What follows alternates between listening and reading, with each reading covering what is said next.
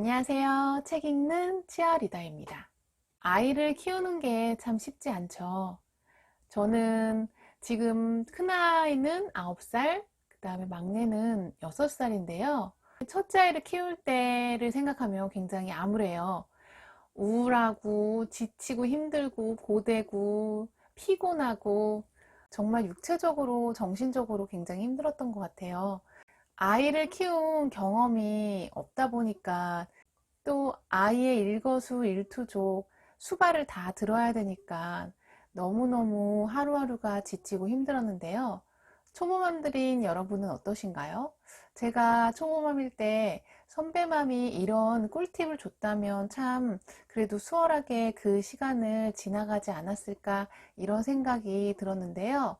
그래서 제가 오늘은 선배맘으로서 지금 아이를 키우고 있는 첫 아이를 키우고 있는 엄마들에게 도움이 되고자 꿀팁 3가지를 전해드리려고 해요.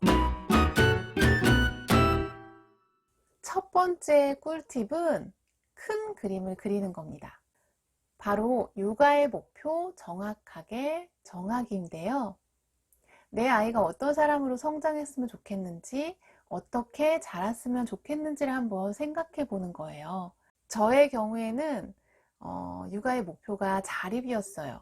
동물과 달리 태어나면서부터 자기 혼자 스스로 생존하지 못하잖아요. 늘 타인의 도움을 받아서 의존하게 되는데요.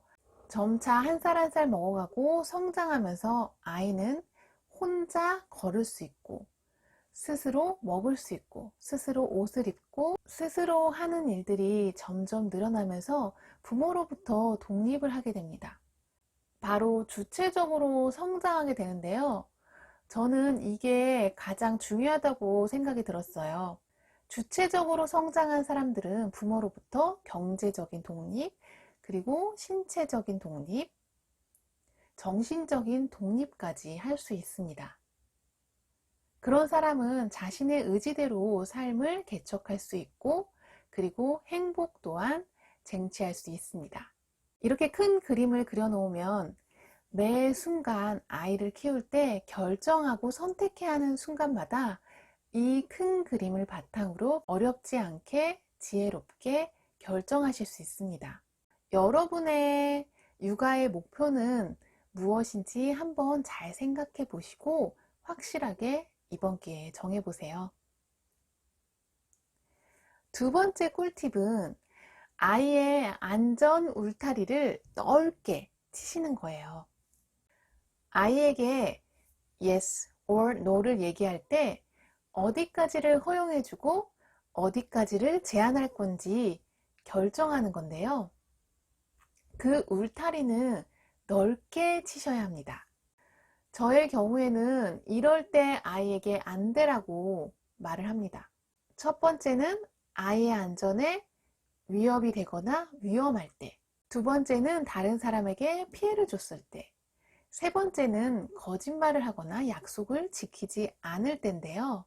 이 3가지를 제외하고 다른 모든 것들은 대부분 허용해 주는 편입니다. 놀이터에서 아이들이 높은 곳에 올라가거나 아니면 높은 곳에서 뛰어 내려오거나 하는 일들을 종종 하려고 합니다. 그럴 때 저는 저의 보호 아래 낮은 곳에서부터 시도하게 하는데요. 무조건 안 된다고 하는 것은 굉장히 지양하고 있습니다. 왜냐하면 아이들이 그런 위험을 무릅쓰고 높은 곳에 오르려고 하는 이유는 자신의 능력을 알아보고 싶기 때문입니다.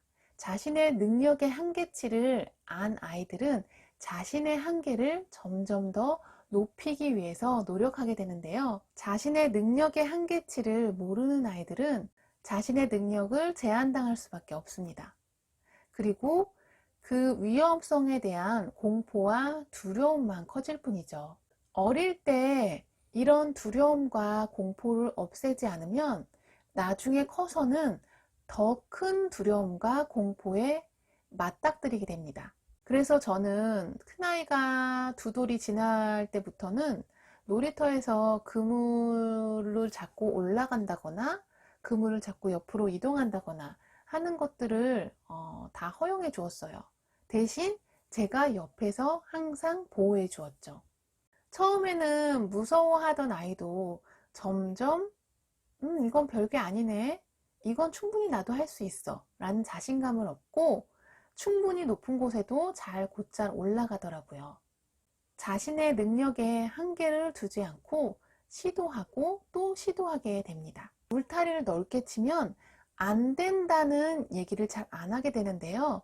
그 대신 부모의 도움 아래, 부모의 보호 아래 자신의 능력을 가늠해 볼 수 있습니다. 이렇게 일상생활에서 안 돼라는 얘기를 덜 하게 되면 진짜 안 돼 하는 순간이 있잖아요. 그러면 그 순간에 아이들은 엄마의 말을 믿게 되는데요. 안 돼라는 말을 남발하지 않은 엄마는 아이에게 신뢰감을 주게 되는 거죠. 아이들은 정말 이건 안 되는구나를 인지하게 됩니다. 하지만 늘상 안 돼, 안 돼, 안 돼를 남발한 엄마들은 아이에게 아무리 위험한 상황에서 안 돼라고 얘기해봤자 아이는 엄마의 말을 신뢰하지 않게 됩니다. 정말 위험한 상황이거나 위험해서 못하게 하는 상황일 때 안 돼라고 이야기한 다음에 꼭 왜 안 되는지를 자세하게 설명해 주세요. 아이가 어리면 어릴수록 더 자세하게 설명해 주세요. 아이가 못 알아듣는다고 생각할지 모르나 아이들은 다 잘 알아듣습니다. 그리고 매번 그렇게 자세하게 설명해 주면 아이는 나중에도 자세하게 설명해 주고 납득이 가면 자신의 고집이나 때를 거두어 드립니다.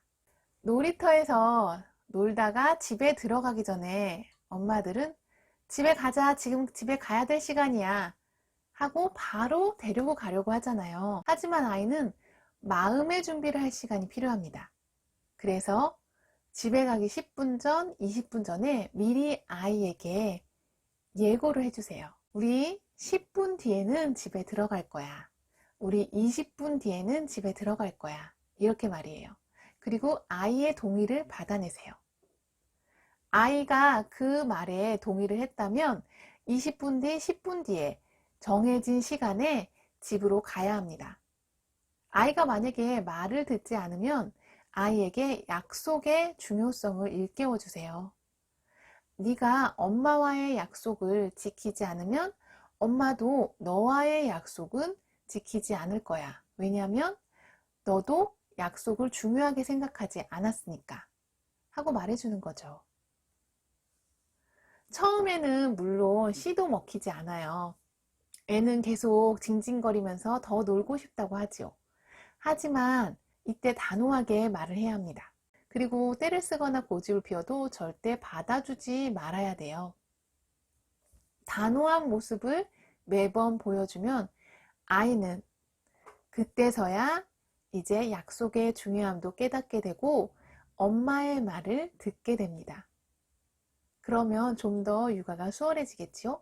물론 매 순간순간 아이가 이렇게 착하게 엄마 말 잘 듣고 엄마 말을 잘 따르지는 않을 거예요. 아이들은 어떤 날은 말을 잘 듣다가도 어떤 날은 또 말을 안 듣는 경우가 있거든요. 다른 아이가 잘 듣는다고 내 아이도 잘 듣는다는 보장은 없습니다. 왜냐하면 아이마다 성향과 성격이 다르기 때문이에요. 그러니까 엄마가 늘 아이의 성향과 취향 그리고 성격을 잘 파악해 두셔야 됩니다. 내 아이를 가장 잘 아는 사람은 바로 엄마니까요. 아이의 마음과 행동과 컨디션에 늘 센서를 잘 켜두셔야 됩니다. 꿀팁 세 번째는 자기 전에 아이에게 동화책을 읽어주는 건데요. 그리고 플러스 엄마도 책 읽기를 생활화해 주세요. 세상에는 참 많은 즐거움들이 있잖아요. 아이들이 그 세상의 즐거움을 하나씩 하나씩 알게 되고 빠져들게 되면서 점점 책과 멀어지게 되는데요. 저는 첫째 아이가 생후 6개월부터 그림책을 읽어주기 시작했어요. 매일 자기 전에 책을 30분에서 1시간 정도 읽어줬는데요. 그런 영향 때문에 지금도 막 게임을 너무 좋아하고 막 빠져 살지만 그럼에도 불구하고 책을 매일매일 읽거든요. 어릴 적에 독서의 즐거움을 알고 독서를 습관화한 아이들은 반드시 책으로 돌아오게 된다는 것을 알게 됐어요. 그럼 왜 우리는 책을 읽어야 할까요? 저는 재작년부터 쭉 책을 읽으면서 책을 읽어야 되는 저만의 이유를 발견했는데요. 바로 책을 읽는 시간이 나를 알아가는 과정이었더라고요. 나를 잘 아는 사람은 결코 어떤 시련이 닥쳐도 흔들리지 않고 쓰러지지 않다는 것을 알게 됐어요. 4차 산업혁명 시대에서 가장 필요한 능력이 무엇인지 아세요? 그것은 바로 회복 탄력성이에요. 자신이 스트레스를 엄청 받아도 시련과 좌절을 겪어도 다시 일어설 수 있는 힘을 말하는데요. 지금 이 시대를 살아가고 있는 아이들에게 굉장히 절실히 필요한 능력이라고 생각해요. 그 능력을 키워줄 수 있는 것이 바로 이 책 읽기인 거죠. 그래서 육아에 지친 엄마들도 꼭 책을 읽으시라고 권해드리고 싶어요. 책 읽기는 정말 힘들고 어려운 일이 아니라 나를 위로해주고 그리고 지친 내 영혼을 위로해주는 일이거든요. 육아를 하면 내 삶의 주도권과 자율권을 박탈당하고 상실하게 되잖아요. 내가 배고플 때 먹을 수 없고 내가 피곤할 때 잘 수 없어요. 그러면 사람은 우울해지고 자존감도 바닥을 치게 되죠. 그런 상황은 혼자서 벗어나기가 굉장히 힘들어요. 그때 독서를 생활화해 보세요. 바쁜 일상이지만 하루에 10분 정도 투자해서 매일매일 책을 읽어보세요. 마음의 평화와 그리고 마음의 안정, 그리고 행복을 느끼실 수 있으실 거예요. 지금 최고의 관심사인 육아서를 먼저 읽어보세요. 저는 좋은 것이 아니면 절대로 여러분에게 권하지 않습니다. 저를 한번 믿어주세요. 육아에 지친 여러분들에게 이 영상이 도움이 됐으면 좋겠습니다. 오늘도 저와 함께 해주셔서 정말 감사합니다. 그럼 다음 영상도 기대 많이 해주세요. 안녕.